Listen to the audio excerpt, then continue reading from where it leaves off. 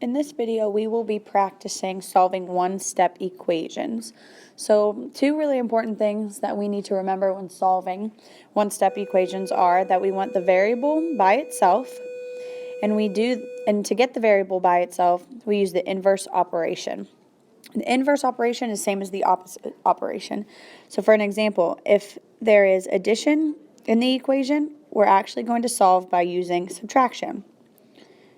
Vice versa, if there's subtraction, we're going to solve by using addition. If there's multiplication, we're going to use division. And if there's division, we will use multiplication. Our first example is x plus 5 equals 15. And we are going to be solving for x. So in this example, we notice that on the one side we have x plus 5, but we want that x by itself. So to get rid of that plus 5, we use the inverse operation. The opposite of adding 5 would be subtracting 5. So our equation's kind of like a balance or a scale. Whatever we do to one side, we have to do to the other. So if we subtract 5 from one side, we have to subtract 5 from the other. If we have 5 and we subtract 5, that gives us 0.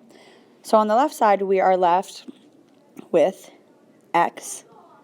And on the other side, 15 minus 5 leaves us with 10.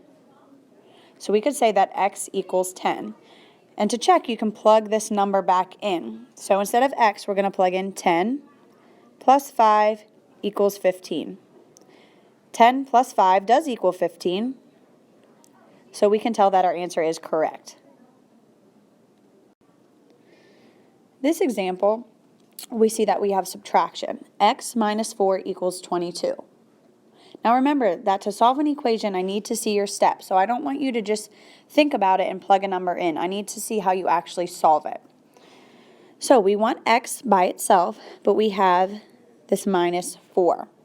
Again, we use the inverse operation. If I have minus 4 and I add 4, that gives me 0. So the inverse of subtracting 4 is adding 4. So whatever we do to one side, we must do to the other as well. This leaves us with x on the left and 22 plus 4, which is 26 on the right. So we could say that x equals 26. Now to check, we'll plug it back in. So where I have my x, I'm going to put 26. Filling in the rest, minus 4 equals 22. 26 minus 4 gives me 22. So we can tell that our answer is correct. Our next example is a little different. Here we see that we have 6x equals 54. Now we know from class that when we have a variable next to a number, they're being multiplied. So the opposite of multiplying x by 6 would be dividing by 6. Remember that the fraction line means division. So whatever I do to one side, I also do to the other. Okay? 6 divided by 6 gives me 1, or 1x, which is the same as just having x by itself. And over on the other side, we have 54 divided by 6, which gives us 9. We can plug back in to check. 6, instead of an x, I'm going to plug in my 9, times 9 equals 54. 6 times 9 does equal 54, so we know that we are correct. And we will do one more example. We have x over 3 equals 7. We know that that fraction line means division, so x divided by 3 equals 7.